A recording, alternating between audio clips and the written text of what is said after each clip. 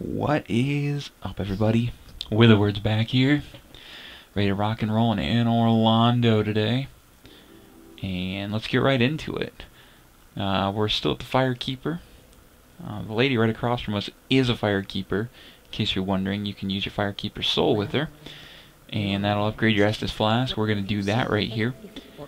Today's playthrough, I'm trying to go through the entirety of Anor Londo. I'm trying not to leave anything out. I will leave one boss out because he's optional, but I really do want to get through the entire playthrough today, and because of that, the video is going to be a little bit longer because I'm doing the entire section. Now, I also make it longer by dying a couple times. I didn't do very good in this playthrough. I had a rough go. I don't know what was wrong with me today, but I had some really bad deaths, and I already knew going into it that the last boss in the area, Smo and Ornstein, I knew I was going to have trouble with them. I figured that going in, and I was right. I definitely had trouble with them. And I probably had 25 minutes worth of death and attempt on them, which for me is way too long. I mean, you know, I usually come in and just kill them one shot, so any deaths was annoying, but those combined with the other deaths I had, it was a rough playthrough. But well, I'll let you see. I went to the right immediately after coming out of the Firekeeper area. There's a chest in here that has a Demon Titanate.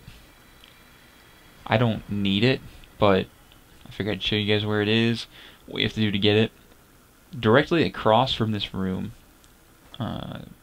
across the little walkway, is another room with some more items in it. And I don't go into that yet. I'll grab them when I come back through, because we have to go that way to get to Seeth's archive. And we will not be going that way quite yet. So we're just going to leave them there. I don't need the items that are in there, so we'll get them on the way through. Once you've gathered your stuff, make your way to the middle and go down this little circular path. And it's an elevator, so if you die and you're coming back, be careful, because the elevator is active after the first time you step on it. And if it's not there, you're likely going to fall to your death. Alright, we got our first enemy, well, our first real enemy. The knights are optional. This guy's not. This is a gargoyle. Much like the gargoyles we fought on top of the bell tower, this one is not as tough, I don't think, but I don't know. I was having a lot of trouble with them. I don't know if they're immune to electric damage or what, but I thought I hit him with my lightning spear, and it didn't seem to do anything. So I moved over to my mace, and it just took longer to kill this guy than I wish it did. These guys like to leap away from you a lot. They'll spin around and jump, and the other one's really bad about it. There are two in this level. There's one more we have to fight, and he's just awful about it. I mean, just absolutely annoying. It makes you want to pull your hair out. Ugh. But we'll see that when we get to him. He didn't give us anything. Sometimes you can get the halberd from him. Sometimes you can get a shield. But the gargoyle gear really isn't that great anyways, so no point in worrying over it. Before we go to the next part, jump down here to the left, go around the bend, and there's a Demon Titanate here at the end. So that's two we've pulled up already. So if you have a demon weapon and you're looking to upgrade it, you can get a couple pieces here right off the bat. Now, I don't need them, but it's good to know they're there. Alright, now that we're ready to move on, you see those stairs right there lead you back up to the elevator. But we're not going up the elevator, we're going this way. See this little ramp here? None of the other ramps will lead you up. This one will, though. You need to go up this ramp, and at the top, we will be going through a window. However, I'm going to make a cut here, because I die up ahead, And it was a death that resulted from me being really stupid, and I didn't feel like you guys really cared to see it. And I cut out a lot of video. I cut out almost a half hour's worth of video trying to cut this down to a reasonable size. And a lot of that video was just stupid dying that I really should not have done. But like I said, it was a really bad playthrough. I will also say that after this playthrough today, I almost completely gave up on my hammer weapon. I thought about just going back and farming for a sword, upgrading a sword to holy, down the divine tree, because I was frustrated in no end with my hammer weapon. I absolutely hate the hammer weapon, and this just affirmed it more than anything. So, WitherWords recommendation to any new players: if you've made it this far and you haven't already used a hammer weapon, don't use it. Pick something else. Pretty much every other weapon in the game is more forgiving than the hammer. I hate it. But as you can see, we're up atop of the cathedral here. As you can guess, falling down's not a good idea. That's where my blood stain comes from. I fell down. I had killed everything up here, was ready to move on, decided, hey, let me get a drink, put my controller down, and did something very similar to that when I put my controller down, except that rather than fall on this little ledge here, I actually died by falling all the way down. This ledge here is actually part of the area. You're fine if you fall here, because over on this side is sort of a little secret passageway that will get you up to a divine blessing. I think I talked about the divine blessing already. If not, the divine blessing, as you can see, some really failed parrying there. It was not my day. Divine blessings are like Estus flasks, except they heal you up to full, and they are much quicker. So they can be useful to have around. There's a big problem on the PC with people who use trainers. They won't mess with their stats or anything, but they'll give themselves like 99 divine blessings, and that can be really frustrating in PvP because it's really hard to keep up with. But my internet's not very good, so I don't play a whole lot of PvP, so I'm not too bothered by it. So we went across the way, jumped through the opening, and there's the ladder there that would have brought us down, which we unintentionally skipped. We're outside the cathedral now, and right across from us is a rotating tower. I don't know what kind of architect decides that an entire city should have a rotating tower in the middle of it, but I don't know, the Anor Londo guys, they must not have been thinking when they put this thing in. Just doesn't really seem like a good idea to me. But there you go, you have to turn it down. You can leave it here if you want, and that'll give you a shortcut that will see the second gargoyle comes to fight us. This guy's really annoying. He likes to jump away from you a lot. But you can leave the tower here, and if you do, if you die and you have to run back, starting from the Firekeeper bonfire, you can run straight down onto it now. There is one more level that I will show you in a second when this guy's dead, but he doesn't want to die. That he punched me in the face. What a jerk. I knocked his tail off here. I don't know why I didn't get the gargoyle tail axe. I've never seen that happen before. I was under the impression that if you got the tail off, it was an automatic thing that you got, but apparently not. Alright, finally. He's done. Now, you could, if you're playing, just go straight on from here.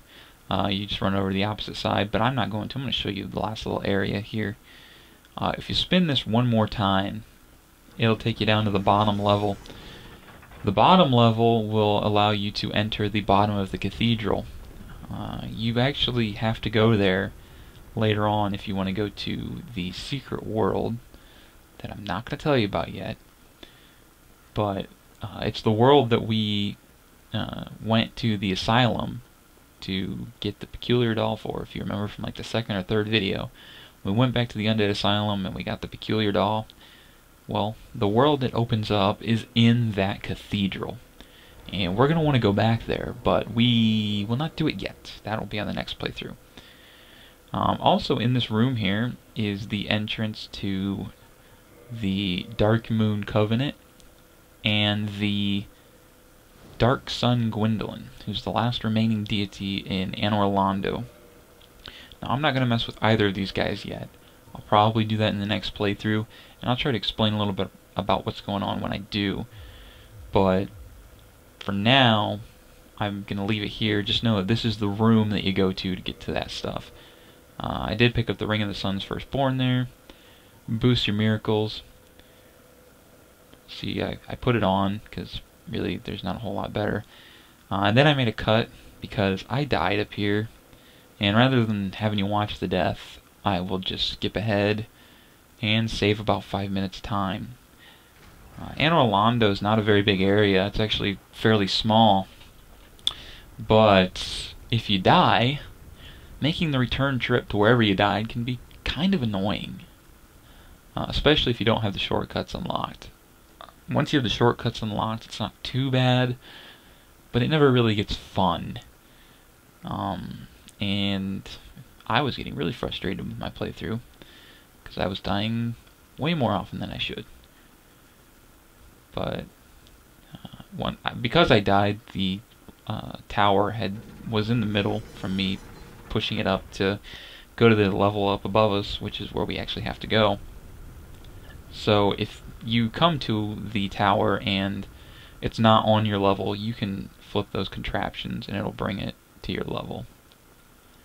But now we're going ahead. A little bit about Anor Londo. Anor Londo is the city of the gods, but none of the gods are left here. There's only one left. People think there are two. Some people are under the impression that Guinevere is still here. She's not, actually. She is just... Ooh. Well, I almost dropped some spoilers there. So, maybe I should leave that alone. But, just know for sure that there's one god here. And, if you're interested more in that part of the story, you can do some digging on your own. But I'm not going to spoil it here, because that wouldn't be fun. And because I'll probably spoil it in the next playthrough anyways, when I do a certain thing to change Anor Londo completely. And we'll cross that bridge when we get there. These are the... I don't know what these guys are called. I'm sure they have some sort of name, but to me they're like rat demons who have wings. I don't know. I don't know what you want to call them. They're ugly. And they're the guys that brought you to Anor Londo. And some people are under the impression that they're good, and so they just run right up to them and say, "Hey buddies, how you doing?" And they receive a spear to the face for their troubles. Don't be fooled. The fact that they brought you to Anor Londo does not make them your friend. They will kill you. And they're very, very sneaky. They don't... They're easy to kill if you're fast and you get on them and you just press them. But they have spears that do quite a bit of lightning damage. And even through a shield, you saw, it was hurting me quite a bit. And some people will run up to them and start blocking, think I'm away from my opening. But they'll just sit there chipping away your health. As you can see, my stain is down here. I came down and I made the mistake of fighting these guys in the middle of the room. Don't fight these guys in the middle of the room. That's a really bad idea. I knew it was a bad idea, and I did it anyways. And I got a much-deserved death for my troubles. To the left and up a ways are some Silver Knight archers who are archering, shooting arrows at you. And they're using Dragon Slayer great bows. And those bows do a ton of damage. They will, as you can see, I just got hit by one there. This place is so fun. They do a lot of damage. they really get annoying even if you block them, because they will knock you back quite a ways. And the archers who fire them pretty much don't stop until they're killed. So I recommend you get behind the pillar there, or find a line of sight and just be careful. As you can see right up there, they're shooting down at me. This area is one of the toughest areas for players who are new to it. They have just a heck of a time here because they get knocked off by these arrows. First things first, don't try to block these arrows. Don't sit there and try to block them. More likely than not, you'll just get knocked off. Do what I do, just run straight up. I blocked there, that wasn't really a good idea, but I got lucky and didn't die. But run straight up the path, then go immediately to the right, roll under an arrow if that guy shoots an arrow at you, and then get close to him. You'll want to get close to him, force him to change to his weapon. Once he's changed to his weapon, you're probably alright. You know, you can parry those swords, you can block them, but you don't want him shooting his bow at you, because even if you block those arrows, there's a good chance you're going to get knocked off. So you want to take them out as quick as you can, get right up on them, and just force the issue. I went down the ledge here. If you get to this area and if you've had trouble, it might be better for you to just not go down this way, leave this knight alive, and just continue on around the curve like I do here, because the soul of a hero gives you 10,000 souls, and that's a lot. But it's not a lot, really, once you're to this point in the game, not compared to what you need for levels. So it might be better just to skip it, especially if you're having trouble with the area. But once you've reached this area, you know, take a deep breath and pat yourself on the back, because you're past the hard part. The bonfire is immediately on the room to the left. You want to get that right away. You do not want to do anything else until you get that bonfire, because you don't want to have to run that gauntlet again. And there are a ton of silver knights in this area. In fact, that's almost exclusively the enemies here. There are a couple different enemies, but for the most part it's silver knights, and they can be kind of tough. And you don't want to take a chance and keep going to come back later. Just get the bonfire. Sometimes Solaire will be sitting here too. I'm actually not sure why he's not sitting here. I really don't know why. As far as I knew, he was always there in every other game I've played. But he's not here, and I didn't kill him. So I'm not sure on that one. I don't know why he's not there, but usually he's there.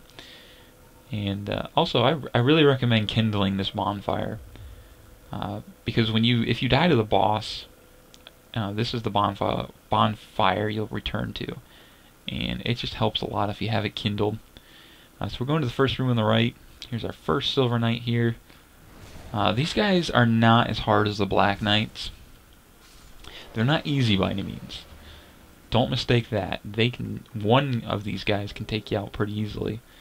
But yeah, I didn't mean to wave there. I've been playing my other characters a lot, and on my other characters I usually have like hurrah or praise the sun there, and apparently on this guy I have wave, so that didn't make much sense, but that's why it happened. But definitely don't underestimate these silver knights. They can kill you quickly. This is a great place, though, to farm souls if you really are having trouble. Each one of these knights gives you 1,000. That's a pretty good chunk, especially since there's like somewhere between 10 and 15 knights in the area. I'm not sure what the exact number is. You see, I went into a secret room here. This chest at the bottom, this first chest on the far left, is a mimic. It's the only mimic down here out of all the chests, and it's easy to just assume that because there's so many chests, there's no way this one would be a mimic out of all of them, right? Well, you're wrong, and you'll die for it, or at least lose a lot of your health. I don't want to see that happen. He dropped an occult club. I was tempted to actually switch to the occult club right here. It does a little less damage, but it scales better with faith, And once it's upgraded, it'll probably do more damage until I can get my mace to divine plus 10. But I just hate my mace so much. I hate it. I hate it, I hate it, I hate it. At this point, I'd be willing to use my fist before I use the mace. And I will never play a mace character again. This is the last time for WitherWords. But I'm sticking it out for you guys. Sticking it out.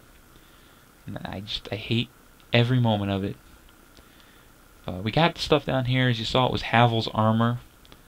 A little bit of lore tidbit. Some people think that the reason Havel was imprisoned in the Undead Burg is because he betrayed the gods. Supposedly he was Gwyn's confidant, and very, very close to Gwyn. But the fact that he has an occult club near his equipment is interesting, because the occult items were only used, well, I don't know if they're only used, but their main use was to take the power of the gods. And it's very interesting that you find one with the rest of Havel's equipment. So that's an interesting lore tidbit. Havel's equipment, on a different note, is very, very useful if you have a lot of endurance. You're essentially not going to be able to fast roll if you have it. Not until you get to an insanely high soul level. But you don't really need to, because it's the best defense in the game. Yeah, I screwed up there. Got myself killed. Got eaten by a mimic. But Havel's armor is probably the best armor in the regular game, pound for pound. Smo's armor, I think, might have better defense, but I think it's a little harder to get and not really worth it. Havel's is pretty solid.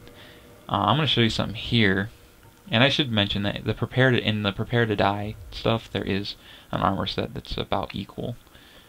You see I took a Lloyd's Talisman here and threw it at the Mimic. If you do that, the Mimic will go senile, or, well, senile's the wrong word, benign, probably is a better word.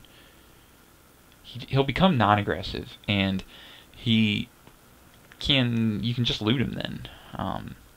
And you just have to use the Lloyd's Talisman to do that, which I didn't really feel like fighting him, so that's what I did. Another Soul of a Hero here. Pretty soon I'll be making a cut, because I screw up again. I'll try to point it out when I get to it. I go and kill this archer at the end of the hall here. You don't have to kill this guy. He won't like follow you or try to come after you or anything. But I just did, because I wanted to show you guys the city of Anor Londo. It's just a really cool city. It's my favorite area in the game, aesthetically. After this playthrough, I'm not so sure it's my favorite play-wise, but aesthetically, I don't think there's a better looking area in the game. It's really cool. Get my binoculars out here. Yeah, that's pretty. Really makes you question the architect's decision to drop a giant rotating tower into the middle of it all, but you know, don't let that mar the whole. Now we'll make a return here. The door opposite us is locked, so we're going to go through this one. And earlier you might have seen me pick up some coins, some silver coins and some gold coins. Careful when you walk in, there's a guy hiding in the right there. I don't think those coins have any use. At least I've never found one.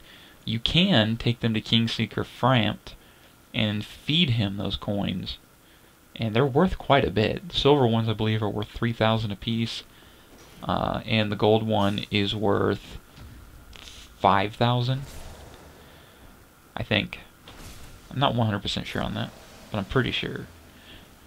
You see there's an archer down at the other end over there. If you stay over here, he won't aggro. But I think the only use for those coins is to trade them into Frampt.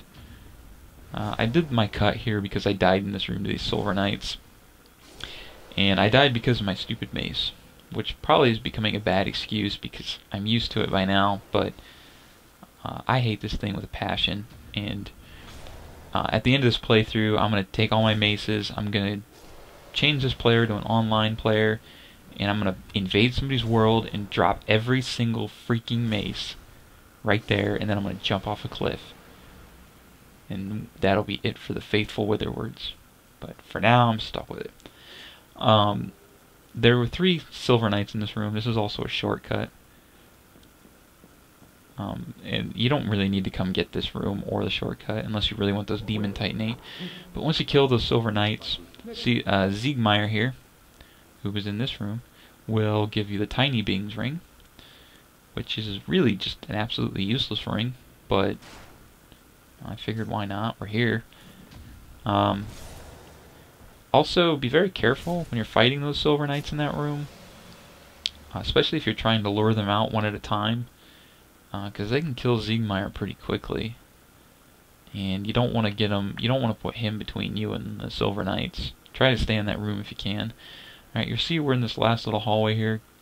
We're going to go to the right first. Across from us, there's a Titanite demon, but you don't want to fight him yet. He could kill us. He doesn't, but he could. And this close to the shortcut, we don't want to fight him, because right at the bottom of these stairs is a shortcut back to the bonfire that will significantly shorten the time we have to spend running back. These 2 chests behind this Silver Knight contain the Silver Knight armor set. I actually have a character that I kind of roleplay as a Silver Knight, do some PvP with. I really enjoy it. I have, the Silver Knight spear, shield, the whole get up. It's pretty cool. That door right there is across from the Havel's room door, and that's a really nice shortcut back to the upper levels, which is the last area before the boss. But the Silver Knight stuff, it's not the best armor in the game by any means, but I really enjoy it. So if you're wondering where you can get the armor set from, it's right there. The Silver Knights do not drop their armor so far as I know. Same with with the Black Knights. You can find the Black Knight armor later on, but I don't believe they drop it. They only drop their weapons and the shield. Which actually, because of numerous deaths to Smo and Ornstein, I end up getting all of that, merely from having to go through them so many times. You see the Titanite demon here? I personally think this is the most frustrating Titanite demon in the game, because you're in a really enclosed space. Don't even ask me how this guy managed to get in here. I don't know. There's no room for him. I don't know how he's supposed to have gotten in here. But you need to be really careful when you're fighting him, because there's no room to maneuver at all. And that little jumping stab attack, which normally is not too hard to avoid, can become very hard to avoid when you're in this area. If you get backed up against a wall or something. So be careful fighting this guy. But I didn't have much trouble.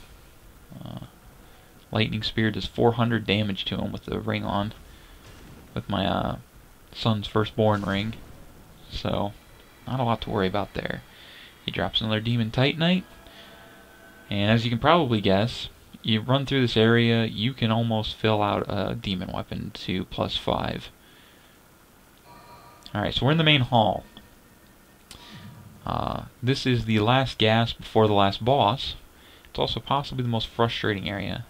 To the left is a broken window. You can run out there and get Dragon Slayer's great bow. I didn't get it because I'm not going to use it. You need a lot of strength to use it. Down here is the Giant Blacksmith. Giant Blacksmith does a couple things. He can upgrade your weapon to lightning. He can upgrade your weapon with boss souls, which I did with the Moonlight Butterfly Soul here. I did that to show you guys. I downgraded my lightning spear to a +10 spear, and then upgraded it back to a Moonlight something. I don't remember what it's called, but Moonlight Spear. Whatever spear you get from using the Moonlight Butterfly Soul on it. All the boss souls go through this guy, so if there's anything you want to upgrade using a boss soul, you have to come back here. I believe you also can upgrade your weapon to crystal once you get the crystal ember. I think. I'll have to double check that, but I believe he can upgrade it to crystal, and I think those are the only things he can do. But he also sells the giant set. When I say giant, I mean these giants down here. Not this giant. This guy's not a giant. He's a silver knight. But the giants who are down below on the very bottom level. But we're not going down to the bottom level yet to fight them, because we're going to use the black orb.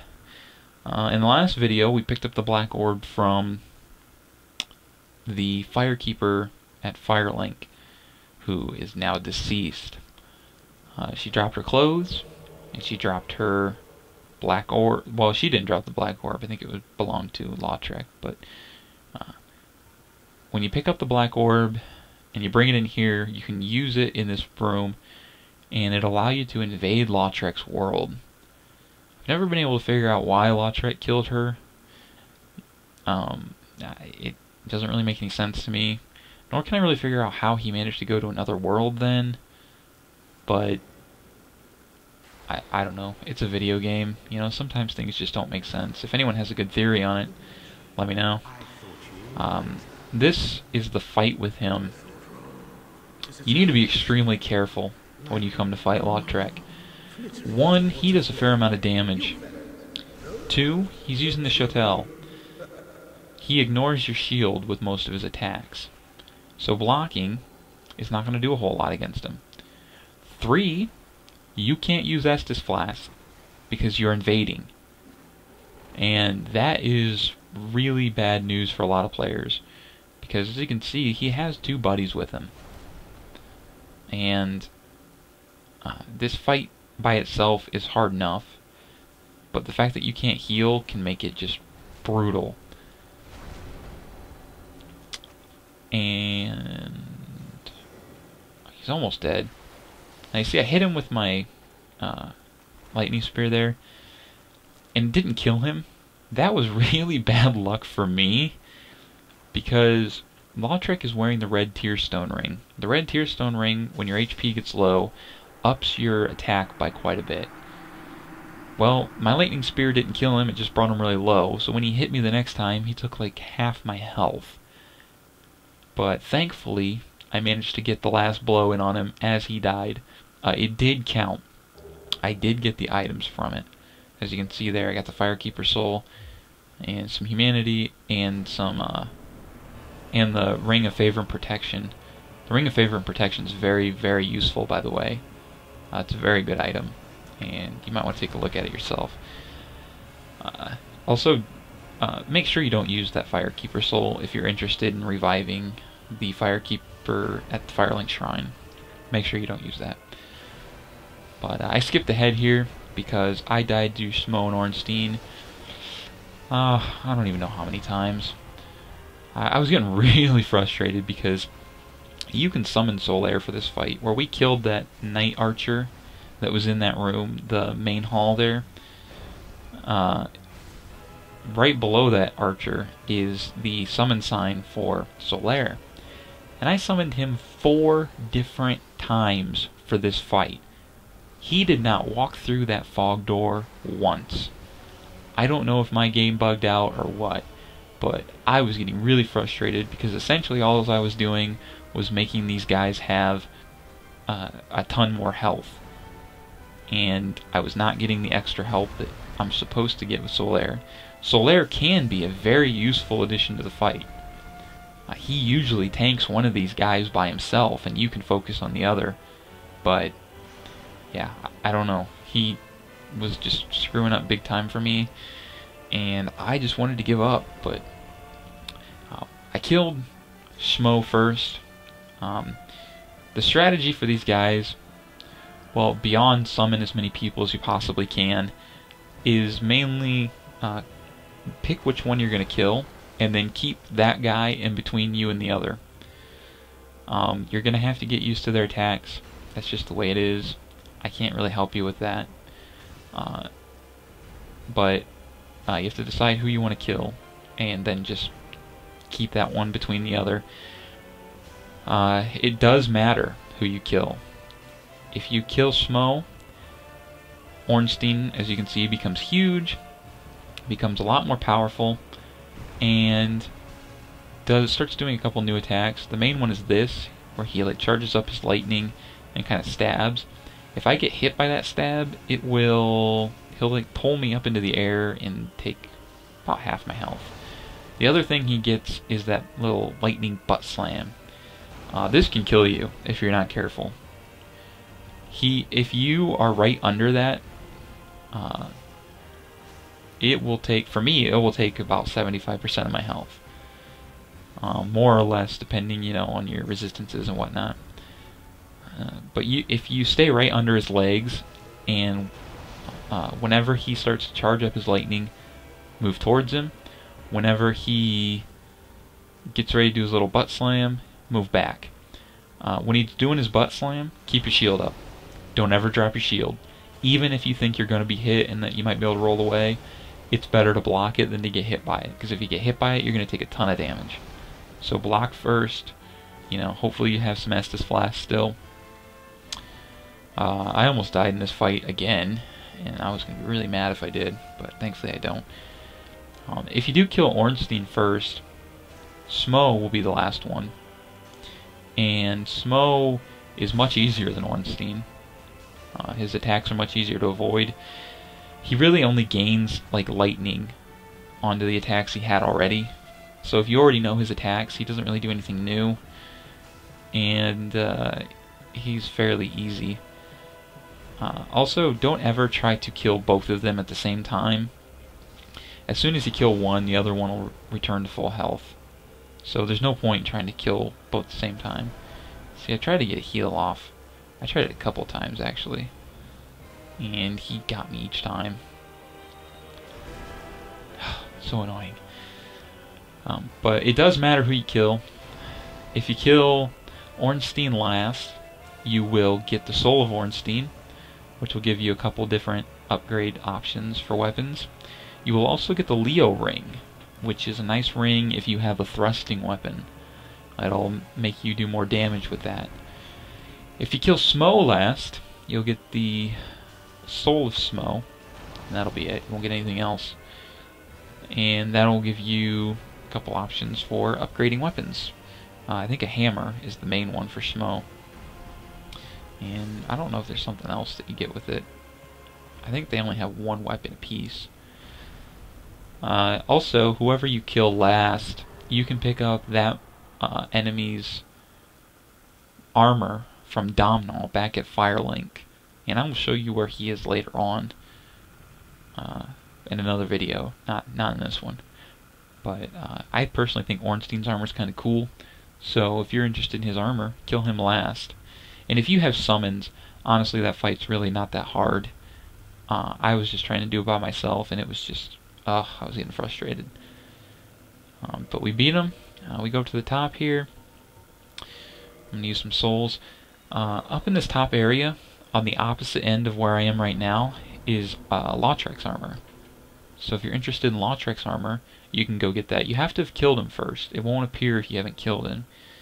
But if you have killed him, you can go get it. And I believe it only works if you killed him in his world.